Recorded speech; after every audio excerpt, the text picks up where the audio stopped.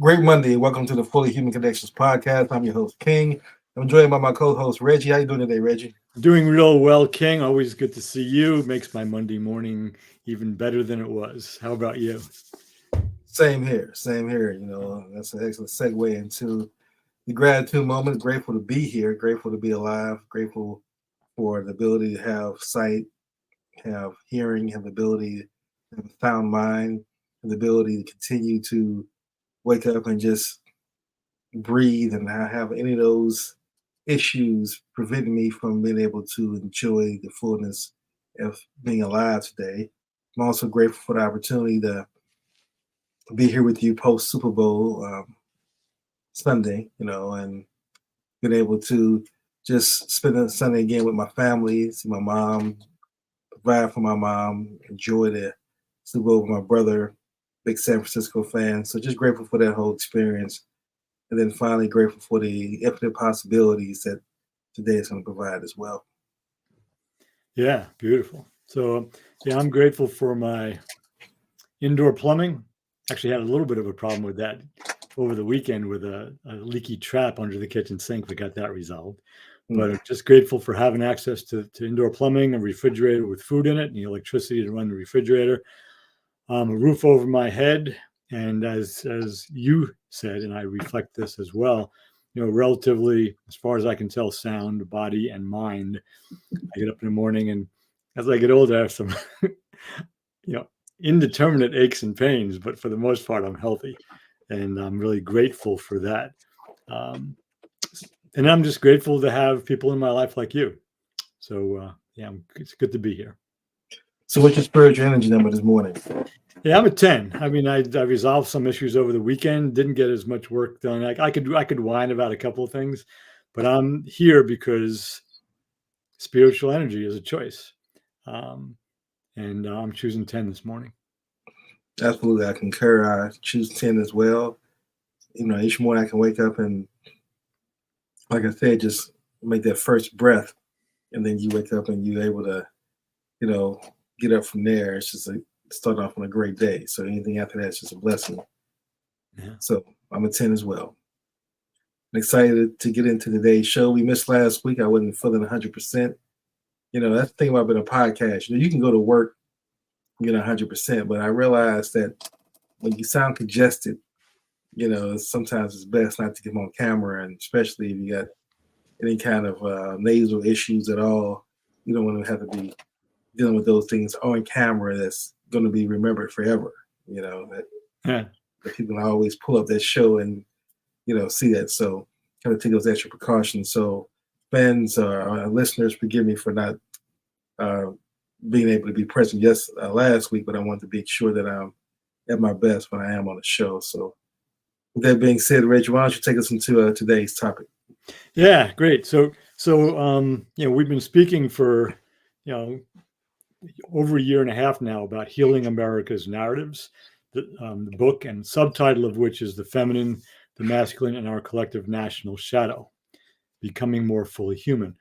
And we've identified three primary subjugations in American history.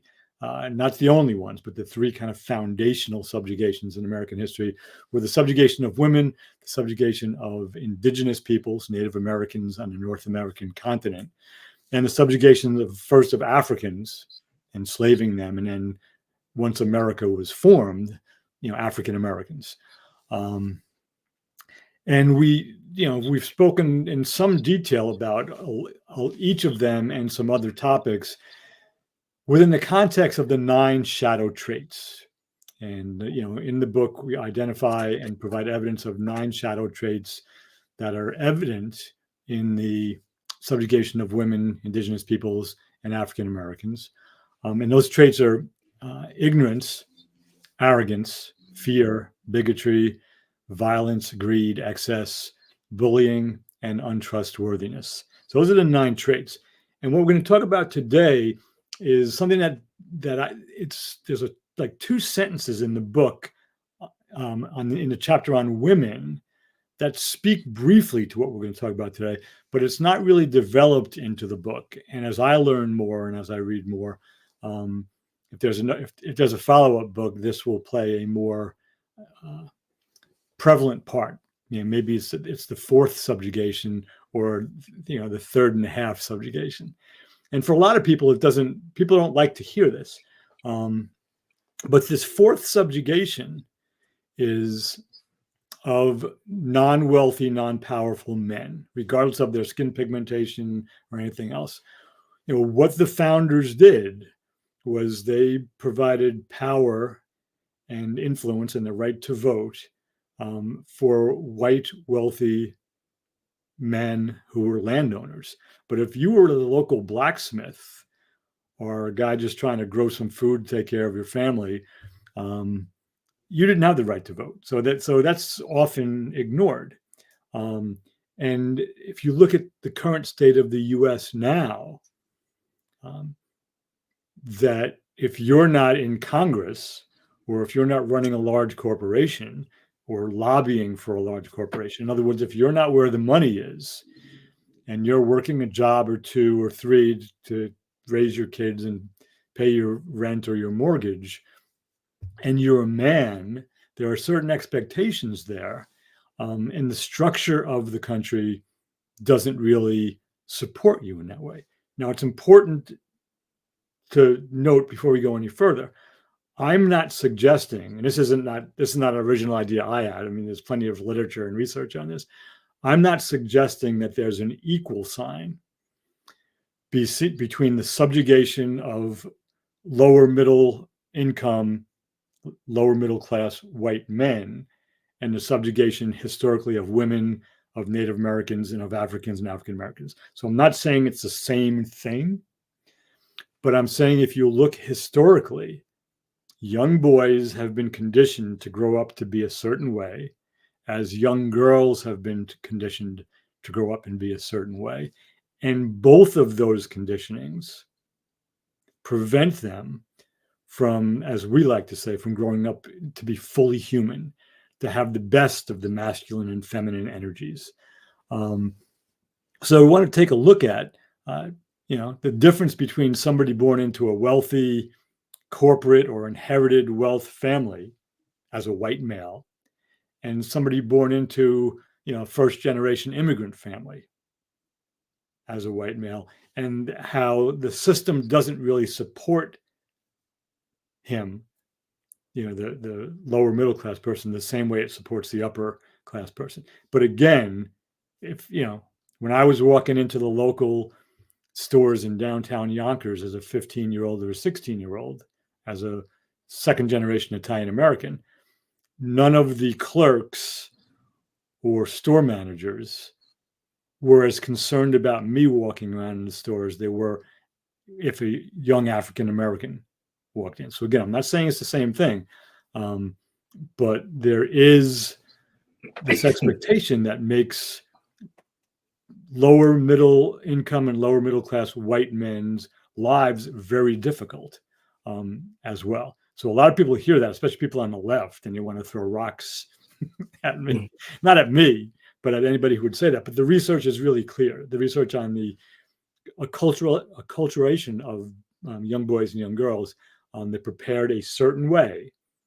And the preparation for young boys is similar, regardless of race or skin pigmentation. So that's enough information there. But we're speaking about what it takes to become more fully human. And there are some, I think of my own father's life. He was a World War II veteran in the Navy, and he was a plumber. He worked as a plumber till he was 71 because he had to. I mean, I don't know how he did that. I mean, I have a 69-year-old body, and I don't work, with my hands and body all day long. And I know how many pains I have. So that's it. This fourth subjugation, or this, we can make it a half a subjugation, a third and a half subjugation. But the problem with how we condition boys to grow into the men who then become fodder for wars, cannon fodder, they go to war and then do the grunt work to keep the economy going while somebody at the top of the food chain makes millions or billions of dollars. So that's where we are. Yeah, I think that's an excellent topic for today. So thank you for choosing that. And I'm willing to go with you to say I see it as a form of subjugation as well.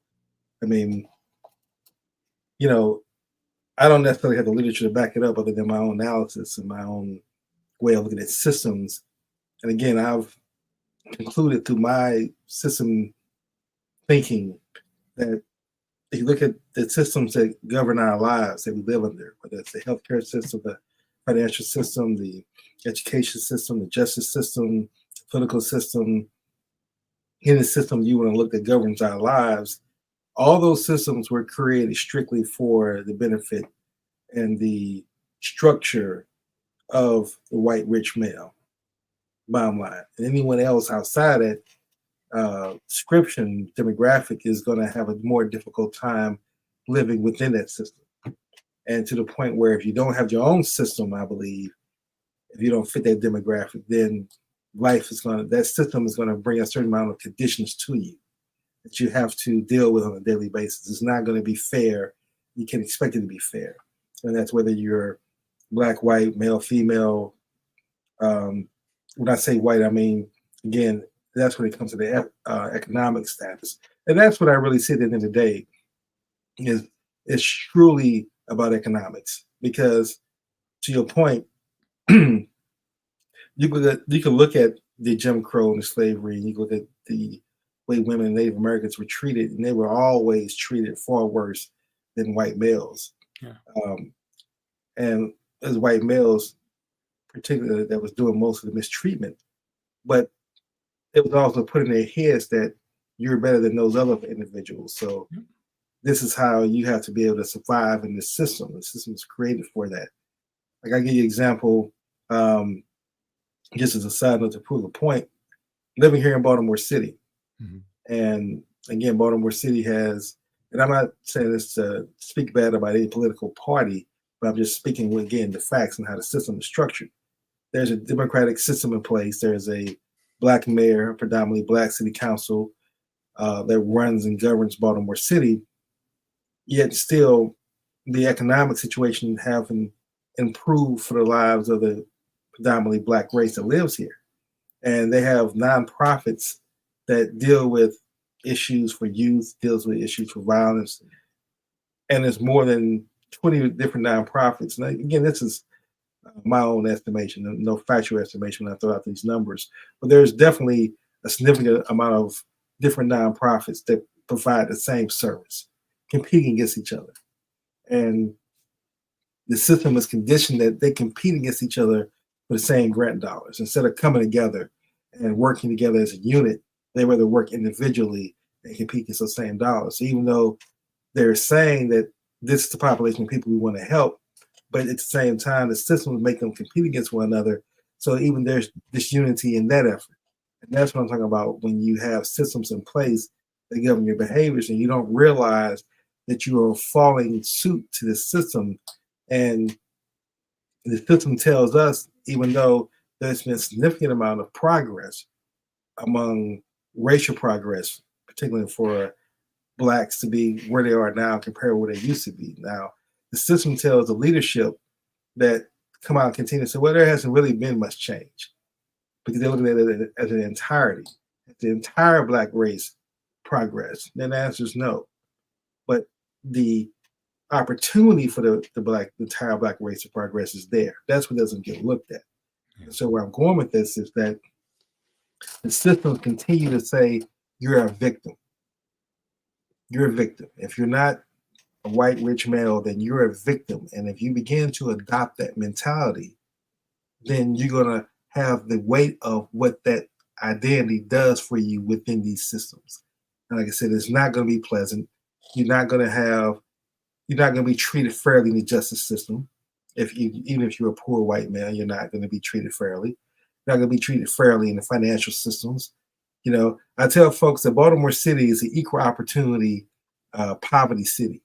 Mm-hmm. You know, and that shocked me when I moved to Baltimore that I didn't see as much in DC, where you didn't really see many homeless white men or white people, period, in DC as you do in Baltimore. In Baltimore, they're just as common as any homeless person. So it doesn't And that's what I'm seeing, that when you really begin to analyze the system, you remove the bias, you remove the identity of saying, well, I'm a Black male and here's all the subjugation and the issues that I have to face, and viewing it only through that lens, but look at the lens from a human being perspective and look at the injustice that's done across the board to anybody who doesn't fit that white, rich male narrative or demographic.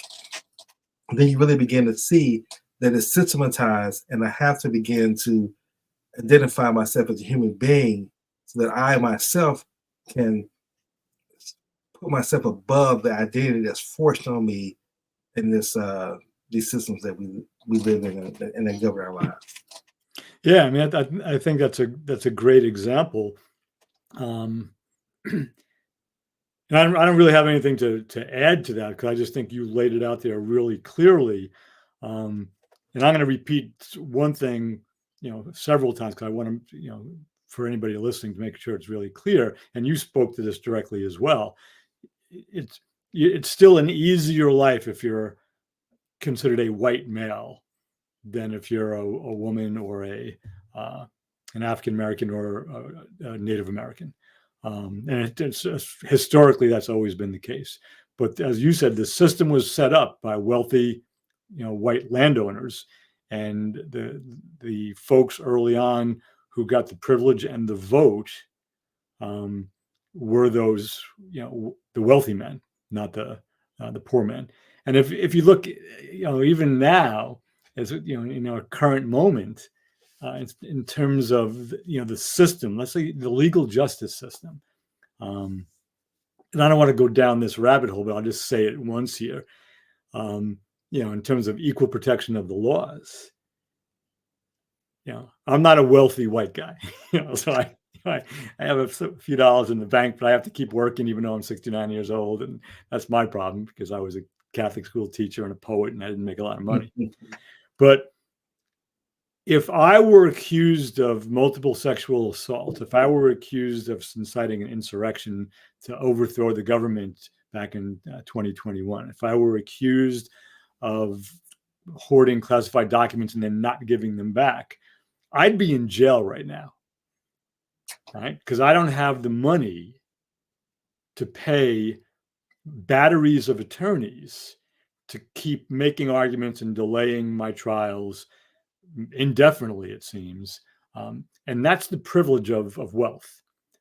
So if you're wealthy in this country and you can afford to go to court and pay lawyers, you have an unequal protection of the laws. Maybe somewhere down the road, after some years, maybe there'll be a trial and maybe a conviction, but I'd be in jail right now if I were accused of any of those things, and the trials some of them would be done, I would guess. So that's that. I just want to mention that it's the same thing now. The wealthy, and it's even better because the guy I'm talking about, Trump, is a landowner. He basically, his main thing is real estate. So it's a wealthy landowner, and he doesn't really care about the country. He cares about himself. But okay, put a pin in that one because we don't want to talk about him anymore today. Just for some of the research that what we're speaking about here. Over 40 years of research back this up now. And I'm going to speak about the young girls first, because that's something that everybody who's paying attention kind of knows about if they're speaking about children's development. But by the time young girls begin to grow into puberty, when their bodies begin to change into women's bodies, there are certain things that happen and certain expectations of them where they're expected to grow into the woman's role. And that's the role of caring, of community, of relationship, of taking care of others. It's kind of redundant. I'm saying it in different ways. And when they're younger, before the acculturation really takes place, which is before their bodies begin to change, they're tomboys and they play different things. And there was something like 45% of girls who play sports when they're young drop out between the ages of like 11 to 14 or something like that. Don't quote me on that exact number, but it's 45% at a certain age begin to drop out of sports. Now, fortunately, a lot of them stay in. 55% obviously stay in.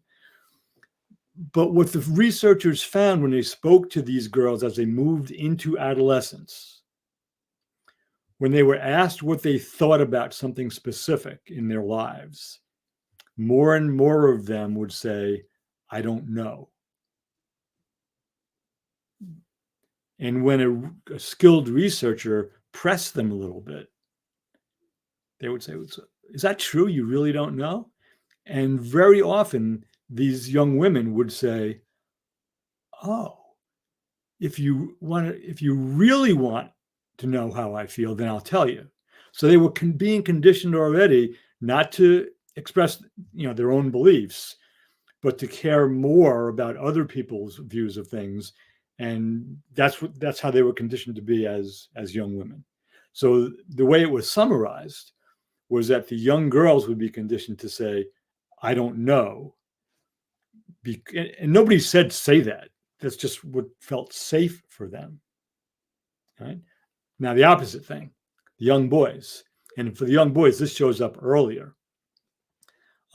Somewhere in the range of 4 to 7 years old, young boys begin to adopt what is expected of them in order to grow up to be men.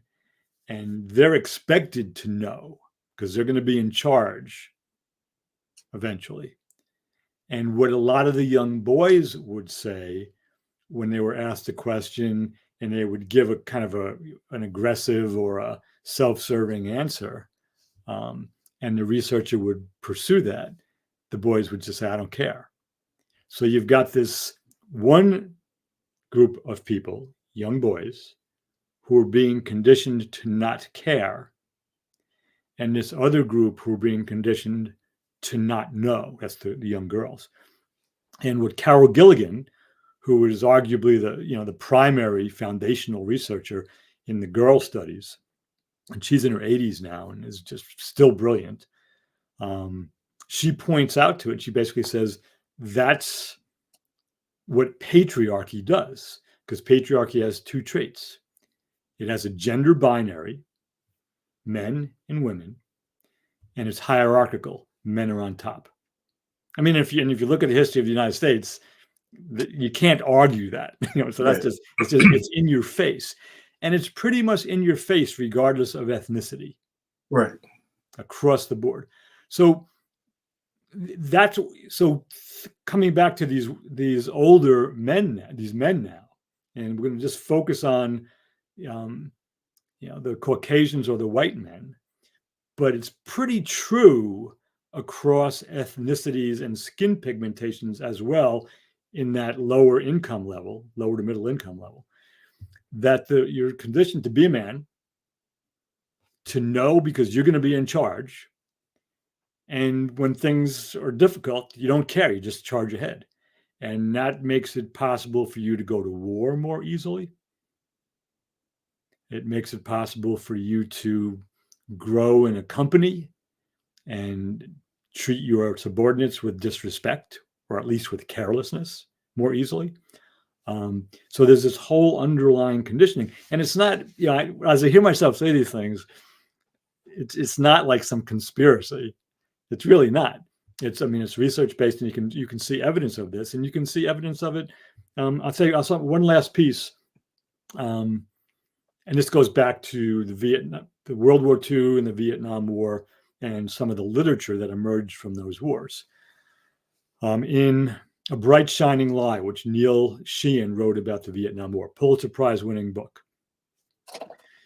reflecting on World War II rather, so leading up to Vietnam, he said anyone who was of college age, so 18 or older, who by 1942 was not wearing a military uniform in the United States, any male not in uniform by 1942, so in the first year of America's involvement in World War II, felt ashamed and humiliated because he wasn't living up to what was expected of him to be part of the war effort. Fast forward to some of the literature that came out of Vietnam. Tim O'Brien, who was a National Book Award winner, he's a Vietnam veteran. In his book, I always get this wrong. It's either the things they carry or what we carried. And I apologize to Mr. O'Brien for losing that. But in that book, he even says, I went to war and risked dying because I was embarrassed not to.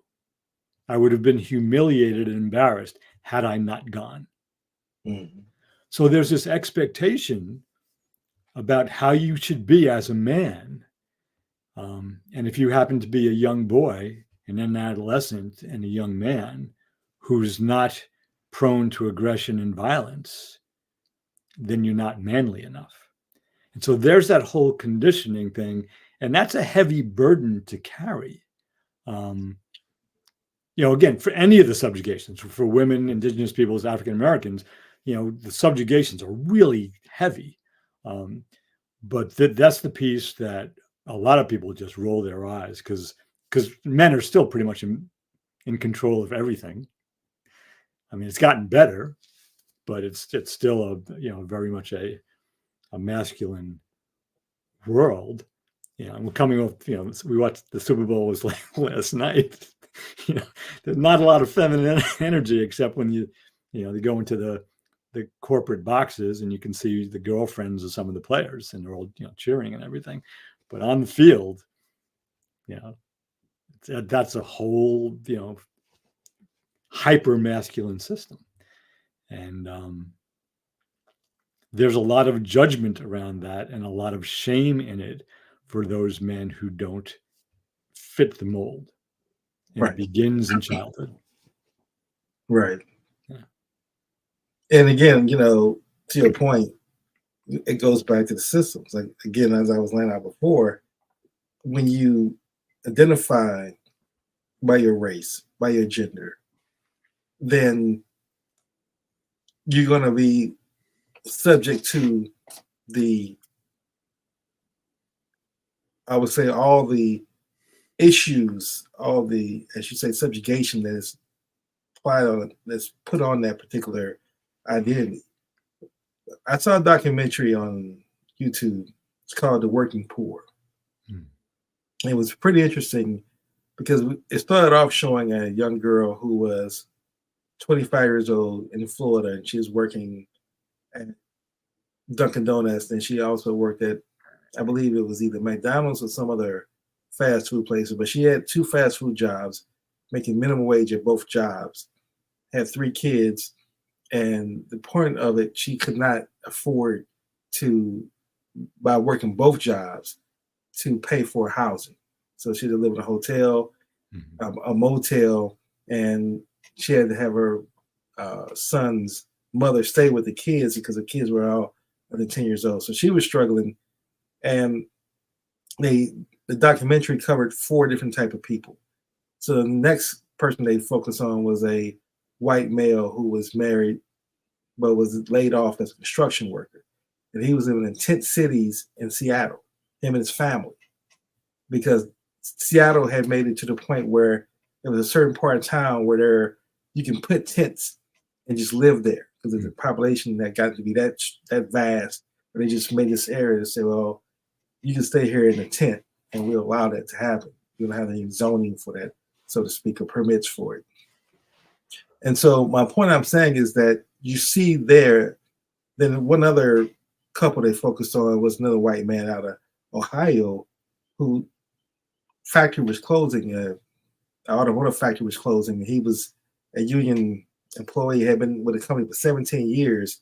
And since they were closing, he had got his notice by a verbal message a week or 2 prior that you're losing your job. So imagine working 17 years and then you've been told you're losing your job. So all the pension, all the things you've been working towards, you got pretty much 6 months that's going to be saved up, and then it's gone. And so what I'm saying by it is the systems tells us that if you're a black man, you need to sit here and say the system is designed to get you. Or if you're a woman, the system is designed against you. So you're looking at yourself as a victim in a situation, and you have rights to do that. You have the reason, there's historical precedents for you to make those, to feel that way. But when you don't see yourself as fully human, you don't see that the system is also hurting other people as well. Like, I could imagine when you are a 42-year-old or maybe even a 50-year-old white male who been working in a factory your whole life, and you've been told now the factory's closing. What do you do? How do you start your life over? How do you plan to make that shift in your life? Where again, if you're not wealthy, the system is not designed to work for you. Mhm. So they're suffering, and it's so much so that United Way has a acronym that they create a category of people who they call ALICE. That's the acronym they call these individuals. And ALICE stands for Access Limited, Income Constrained Employee. And these are people who actually have jobs but can't afford to have housing and live. So this is what I'm saying: when you are caught up with just the identity of your race or your gender, or even your career as your primary, and I call, when I say identity, I want to be clear that I look at it from a context of how you view the world, your lens you look at through the world. Your identity governs that, or dictates that. That is where not being a human being and working toward being fully human really derails you as far as how life is. Like, I don't really believe that you can find fulfillment if you are putting on that limited identity, that limited perspective of just being either a male, female, black, white, straight, gay, whatever it is that's your dominant identity. Anything outside of being a human being, I think that's where you're going to put yourself through a world of pain, a world of um, of loneliness in the context, not loneliness from a context of companionship, but loneliness in the context of just feeling that the weight of the world is on you, and you now have to carry this burden that you talked about before, and you have to carry that burden as you move through life. And that, I say all that to say is, that's what I think people need to really begin to see, that I need to see myself beyond this identity as just my race, my culture, my ethnic group, and see myself as a human being, and see the equal suffering. Because if I can see you as a human being, these are human beings out here suffering as well. And not just look at it from a fact and say, okay, well, a black man is suffering more, or a black woman is suffering the most, or a black gay man is suffering the worst out of all those. So you can always find someone who you feel is at the very bottom of subjugation, but that doesn't alleviate the pain of the person above. So at these so-called created levels, doesn't alleviate the pain of the person above that. Yeah, I mean, I really appreciate all of that. I mean, it's really clear. And I love that. I wish it didn't exist, but that acronym of ALICE is just, I'd not heard that before. And that's heartbreaking, especially in the land of the not so free and the bravish. It's just a real shame to know, you kind of know it's there, but when it's named that way, that's just horrible. And the clearest iteration, I shouldn't say it that way, one iteration of what you just described that I really admire, and it really served me well when I learned it, was Bell Hooks, who we lost a couple of years ago now. But in her book Outlaw Culture, and she wrote more about this in her subsequent book on love, but in Outlaw Culture, she basically spoke to the very thing that you're naming now. She said, we don't, and you and I have spoken about this before, we don't, she goes, what really puzzles me is people who only are fighting against the particular, and she uses the word domination, the particular domination that affects them personally. So if I'm let's say a white woman, I'm fighting for equal rights for women, but I'm kind of ignoring how much more difficult my black female friends have it, because they have both a race and a gender thing to deal with. And then she called out this is, I think, the book came out in the 80s or early 90s. She called out, and then the black men who are on the front lines of racial discrimination, fighting for racial equality, but didn't really pay that much attention to the gender discrimination that their black sisters and mothers and daughters were fighting. And so Hooks then says, what we need is an ethic of love, where all of us fight against any domination that keeps anybody down. And that's her way of saying the systemic domination, the systemic biases, which you always refer to. But we still so many of us still stay stuck in our little, we don't see the common humanity. Well, they don't have it as bad as I do, or they have it really bad. And rather than saying, oh, same species, different histories given, and that's that's another important conversation. If there are needs for reparations or things like that for different groups, that's another. But right now, what's hurting our common humanity? And what can we do about it? And that's not something covered by the daily news media or by politicians, because they're I got to say, they play whack-a-mole. Here's what Donald Trump just said today, and here's what Vladimir Putin did, and here's what's going on in the Congress, and it's the same story is regenerated, but they don't. They've got these machetes, and they're I'm going to mix metaphors now. I just said whack-a-mole, but they're like striking down like the branches of these trees and things with their machetes, but they never take a look at the trunks or the roots or the soil within which the roots are, taking hold. And they never get to the heart of the problem, which has been going on in this country for 247 years. And beyond that, in other cultures before there was a United States, for thousands of years. It looks different because technology changes how things happen. It functions in a different way. And if anything, the way it's different now is that the scale of the inequality and the scale of atrocities and human suffering is much larger and faster because of the damage that technology can do. And that's not, I'm not a technophobe when I say that. That's simply true. Prior to the Industrial Revolution, the planet wasn't in that much danger. Right? You couldn't overfish the oceans with a fishing rod, even if there were lots of boats out there. Right. Nobody, not Alexander the Great, not Genghis Khan, not pick one, not the American Revolutionary Army or Great Britain's empire. They couldn't threaten the entire planet. They couldn't do it. They could screw up a civilization, a local geographic area, and conquer it. But the planet itself and everything on it wasn't in danger.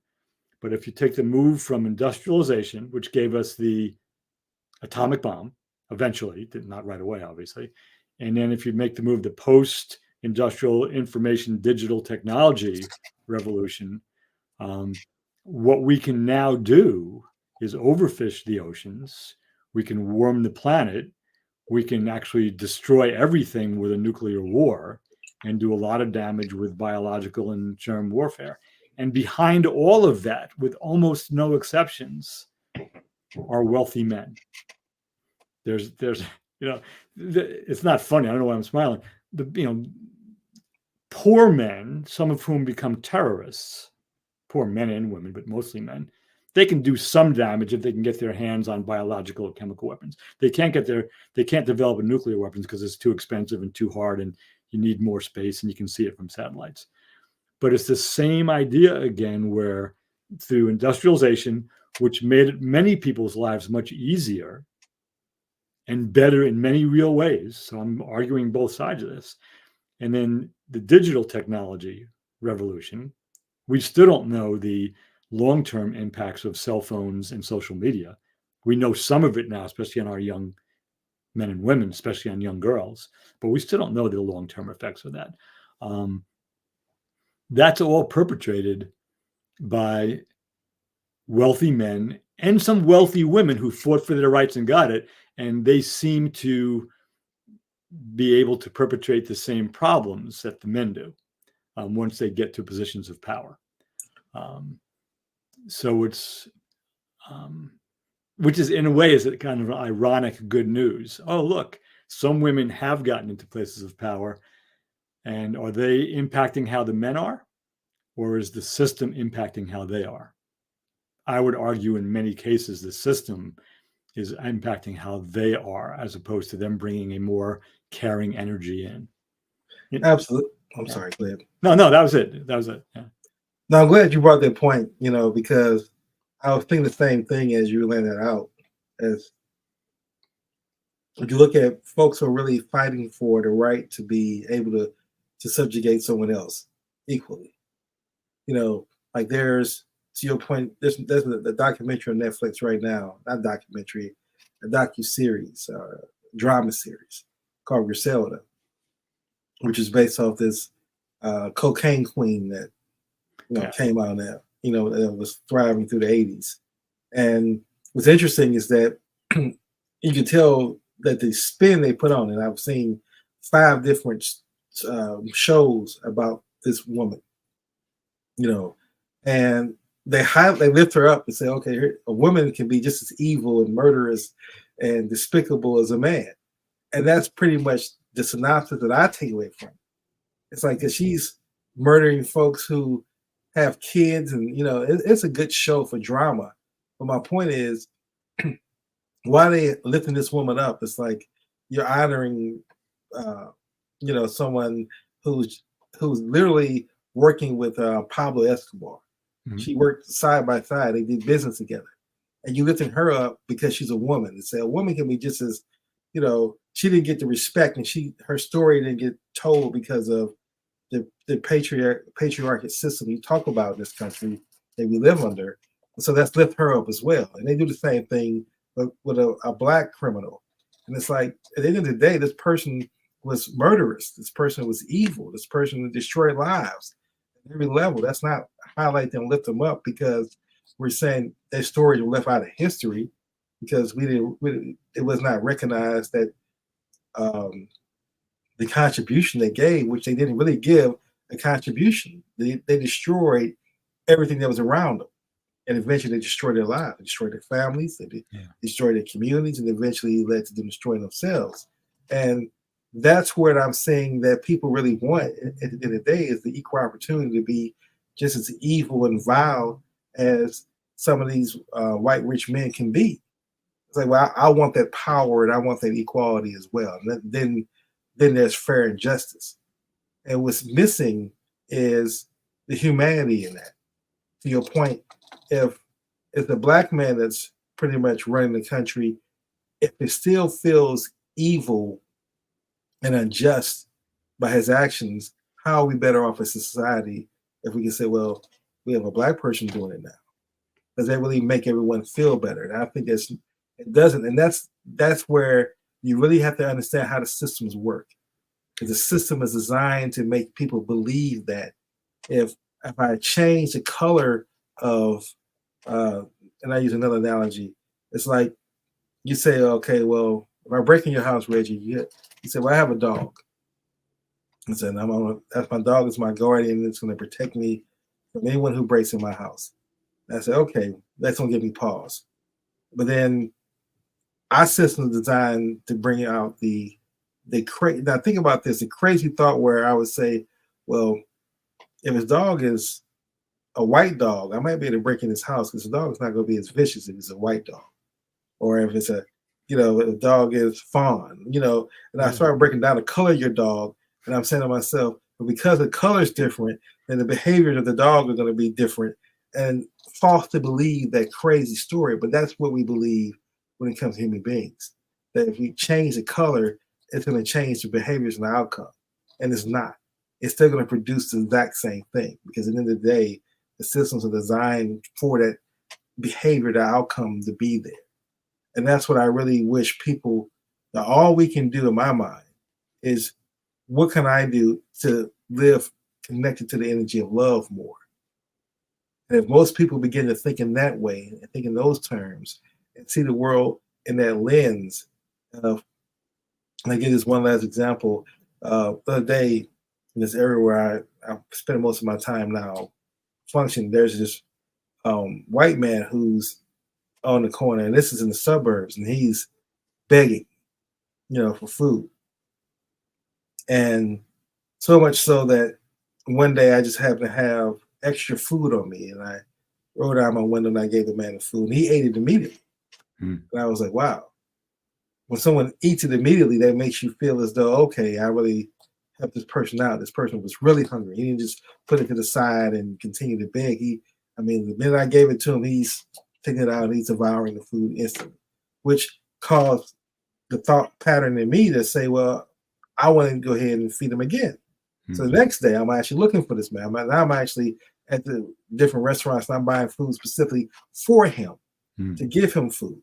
And that's growth within me, because when I was younger, if I saw a homeless white person begging for food, I would say, well, a white person will take care of him. I don't need to do that. I'm only gonna feed the black person that's hungry.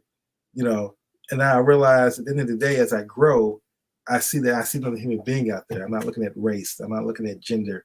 I see another human being suffering. And if I have the ability to help resolve that suffering, then I'm going to take that opportunity to do that. And not because it makes me feel good, but because to me, it's just really the right thing to do. Yeah.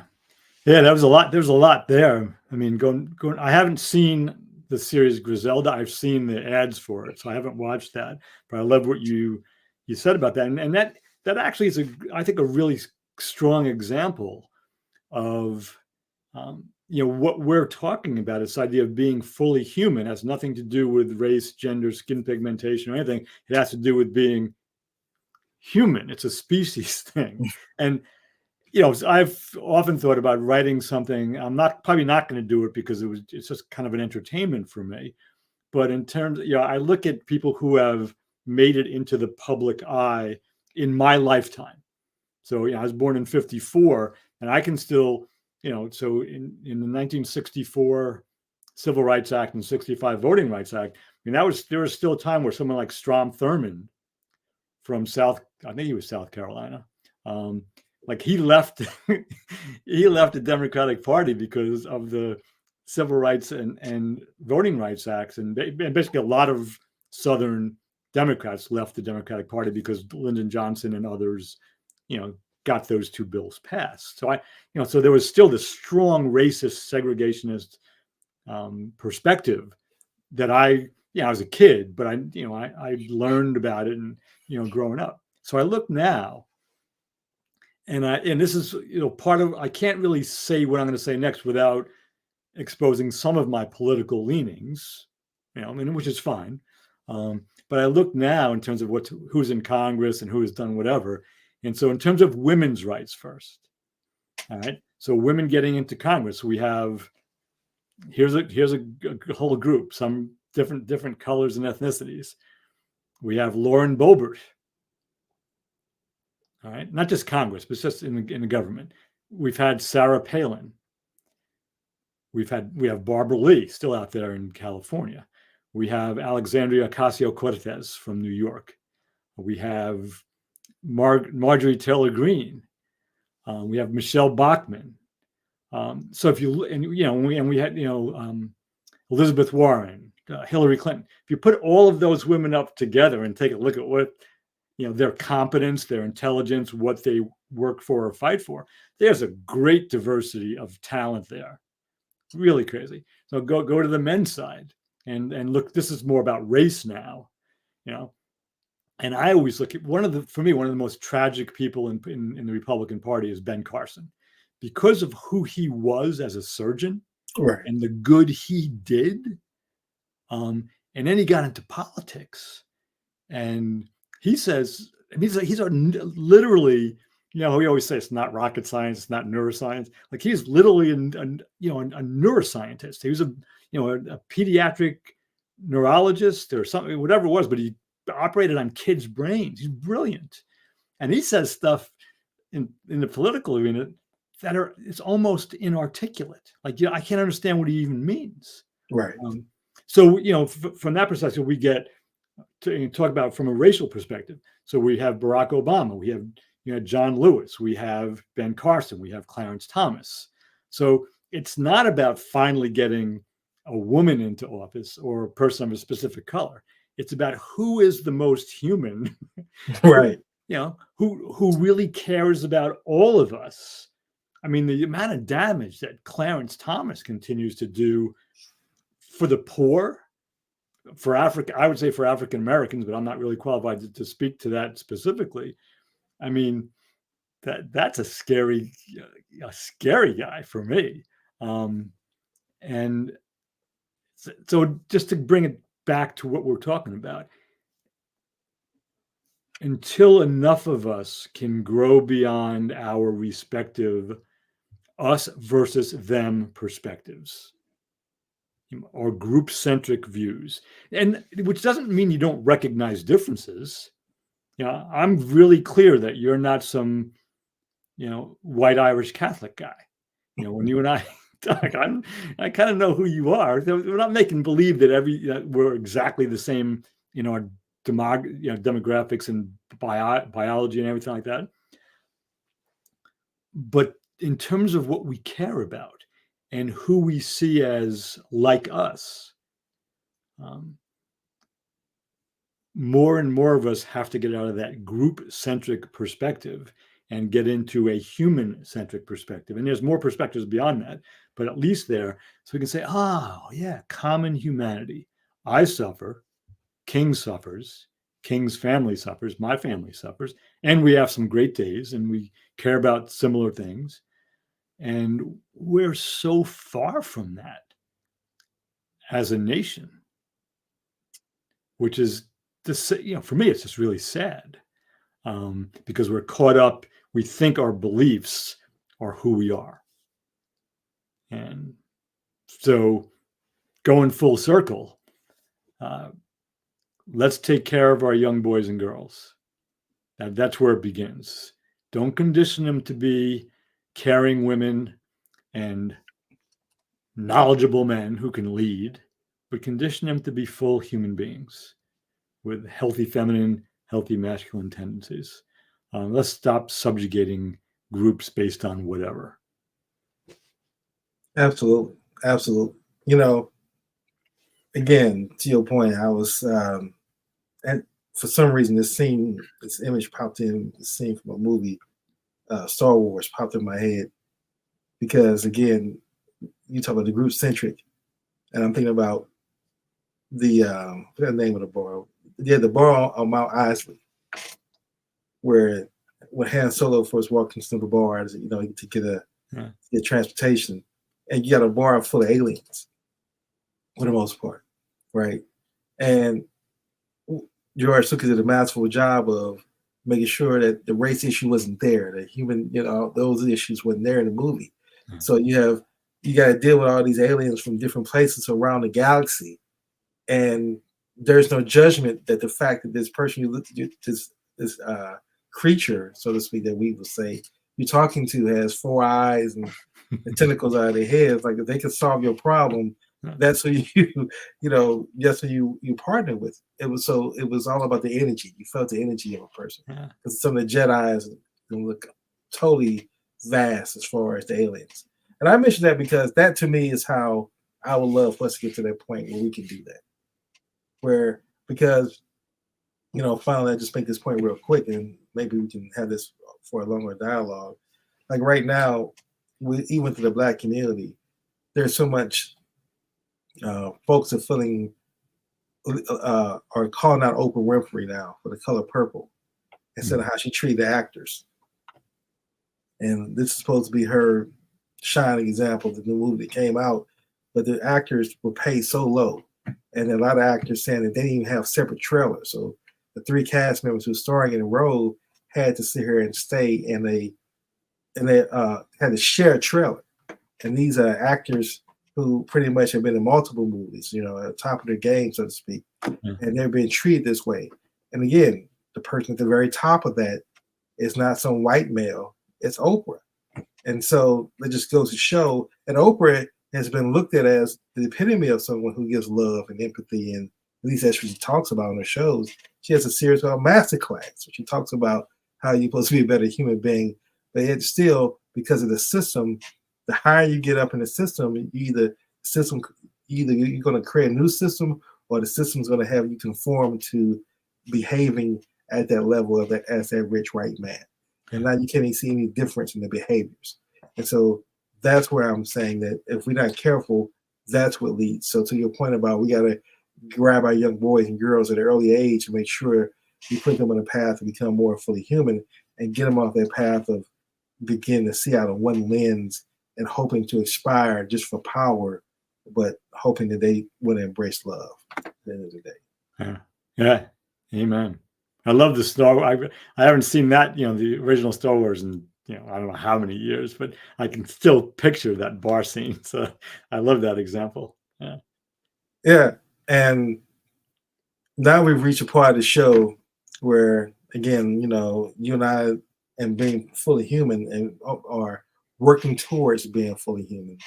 We know that we're not here to just lay out a whole bunch of problems and leave people with that. We want to let you know, as we discuss what the problems are, we always want to end on a note where we're providing there are some solutions to begin to correct these behaviors and put yourself on the right path. So why don't you lay out what you see as possible solutions that folks can begin to make a path forward as we talk about this fourth iteration, or Yeah. So I would say that first, for folks who are actually parents of young children, just notice how you interact with them. What do you make available to your daughters and your sons?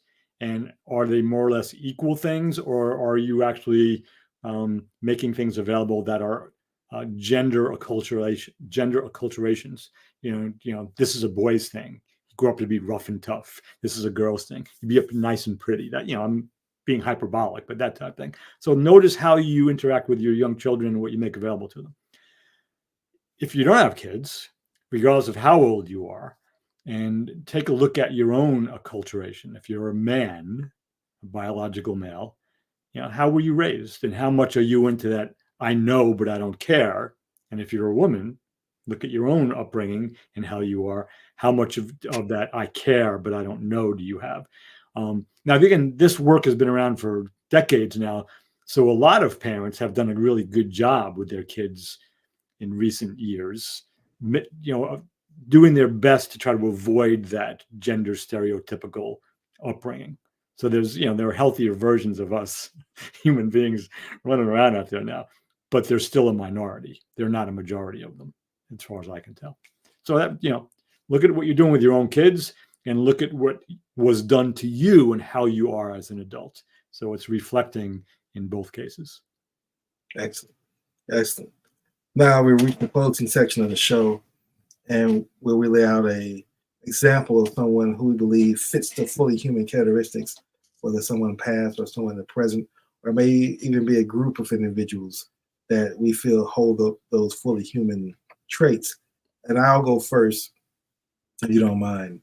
And the person I want to lift up right now, and I may have said this person's name before, but this person now comes to mind because of how they made me feel, and how they always made me feel. And that's, again, George Lucas. Because, unfortunately, when you're Black and you watch movies that are created, or TV shows created by other Black directors and producers and writers, typically there's always going to be a drama component to it, or a traumatic exposure to it, where you're not going to be able to escape the fact that you're Black. So you got to watch something for 2 hours, and there's going to be images on the screen you got to deal with, where it's like these Black characters are going to go through the same trauma that's happening in real life. So you can't escape it, which is the reason you watch. At least a lot of times I watch TV. But when I got a chance to watch Star Wars, I was truly able to escape all of that, and truly just sit there and enjoy the science fiction of characters that were created from a galaxy far, far, far, far away, and just watch the human story, the hero story play itself out. You know what I'm saying? And that, to me, is something that I really loved about George Lucas, because it allowed me to just be in that moment. And every time I watch a Star Wars series, beyond not so much the stuff that Disney's creating, but all the stuff he created, it always had that impact and let you really escape and just really get into the characters. And that's why I lift him up as being someone who I see as fully human, because I didn't have to worry about being Black, male, or any of those issues. I just got a chance to watch something and just really enjoy it. And from my childhood to being an adult. Yeah, I love that. You should write him a letter just based on what you just said. Even after all of his accolades and his success and everything, I bet he would love to hear the way you just characterized, that experience. Like I know anything about George Lucas and what he would love to hear. So this just came to me now, and I'm just this is more like a moment of two people together. So you know how the Grammys always puts some unexpected performances together in the Grammy Awards. The performances are often the best part of that show. And earlier this year, actually it might have been last year, where a country singer, Luke Combs, who I knew nothing about prior to this, what I'm going to share, recorded Tracy Chapman's song. Tracy Chapman, is an American folk singer, an African American folk singer. The song is called "Fast Car," and he grew up loving the song. He's, I don't know, probably 20 years younger than she is, and he had a number one hit with it. We were in 2024, so I don't know if this happened in 2022 or 2023, but they put them together. And Tracy Chapman pretty much doesn't really tour anymore, but she was popular enough where she's sang in front of 70,000 people at Wembley Stadium in Great Britain. She performed at Bob Dylan's, I think, 75th birthday or his 30th anniversary in showbiz, whatever it was. So she's been around. And they did this performance of Fast Car together on the Grammy stage, where it was just, so here's this older, not old, but older African-American woman. Here's this youngish white guy as a country singer, putting them together on the stage and singing her song Fast Car, which is a great song. I won't try to talk about the lyrics, but it's a beautiful song. And he was like I don't even know what the language is. Like he was just, when she was singing, he was like looking like couldn't believe he was up there with Tracy Chapman. And when he was singing, I mean, she had this huge, big smile on her face that somebody was honoring her work. So it was this beautiful moment that probably couldn't have happened 30 years ago in this country. So for me, it was this beyond the musical performance and the fact that I've known Tracy Chapman's work for years and didn't really know Luke Combs. It was this moment of progress that was captured on the screen. It's just a really beautiful moment, I thought. So those are my two fully human people. I'm guessing they are like that in real life too, not just when they perform. You never know. Well, based on the lyrics of the song "Fast Car," you're absolutely right. It really takes someone who I believe is on that path, at least, to create those lyrics and create that kind of song, that melody. That's a person that's on that journey, and they're beginning to show what it feels like to be different and on that journey, whatever that entails. Yeah. So, in fact, and I'll just say one last thing about Tracy Chapman, which I didn't know this, but the Wembley performance, she had performed a song in front of these 70,000 people out in Great Britain. And when Stevie Wonder was supposed to go on, I don't know what the concert was exactly. I probably should know this, but I forget. There was some technical issues. So they couldn't get the piano working, or there's something technical, and they had to, figure it out. And so the producers of this concert basically said to Tracy Chapman, "We need somebody to go out there and sing a song." But she had already performed on, and she went out and did and she was young. She's probably in her 20s when this happened.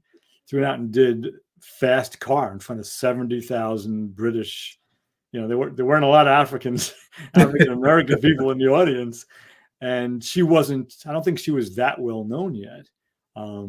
and she went out there and did fast car, and there's video of it. Like it's actually kind of striking because you could just see her up there with her acoustic guitar and her voice, and at the last minute says, "Go out there and do something." So I was really impressed with that. I had not seen that. I didn't know that had happened until recently.